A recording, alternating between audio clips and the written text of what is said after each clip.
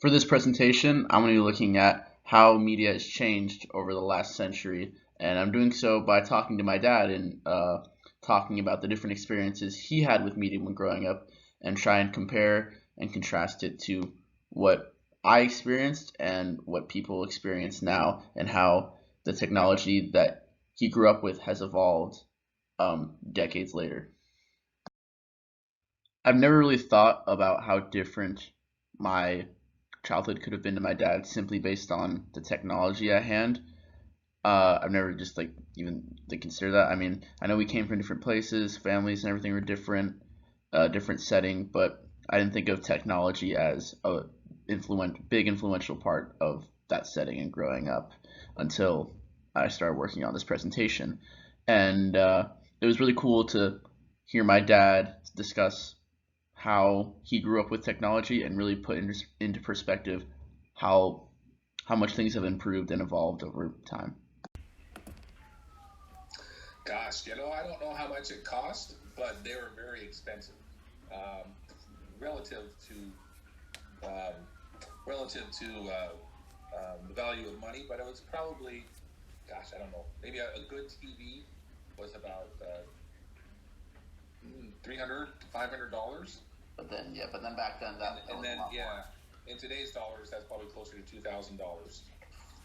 Also, TVs were more part of the furniture back then too. So you had a TV console that had like a whole cabinet around the TV. It's Okay. much bigger. For me, my TV plays a smaller role. It's more just something that hangs on the wall. Not really, it wasn't as integral as like a couch is. It's not like a big part of the design. I mean, there are ugly TVs and TVs that look good, but back then it was much more seen as furniture rather than like an appliance or an accessory or like just a form of entertainment. I was young. They came out with transistor radios, which were radios that could fit in your hand, which was kind of a new thing back then. And at night, me and my brother, we would get transistor radios and we'd put on the radio station. We'd put it under our pillows so we could hear it through our pillow. But yeah, So my grandma did no, think that it was. no earbuds, just listening through the pillow on these transistor radios that usually had pretty bad reception. Uh, Uh, for me, at night, I have a lot of different things I can do if I can't sleep. I could turn on TV and watch a movie, or when I was in middle school, I could go on my Kindle or go downstairs to the basement and play some video games or something, or go on my phone and play some music and listen to music while I go to sleep. And people back then in the 70s when my dad grew up, they had transistor radios and that was about it. They didn't have earbuds or anything to conceal the sound. So when they were listening to it, they like how my dad said he had to put it under the pillow to muffle it so he could still hear it.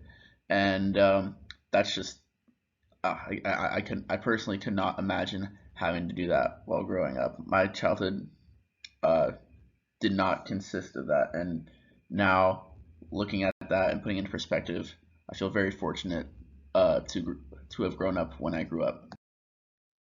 Media back when my dad was growing up is radically different than it is now, and I assume that this evolution is still going to change because I mean even 5 years ago media was very different. Phones were a lot less powerful, could do a lot less, and now they're doing more and more and more with each year that progresses. So it'll be exciting to see how much things have changed further when I'm 50 years old, like my dad. And it'll be cool to think back to this interview, this presentation, and put that all into perspective and see just the grand evolution of technology through over a century.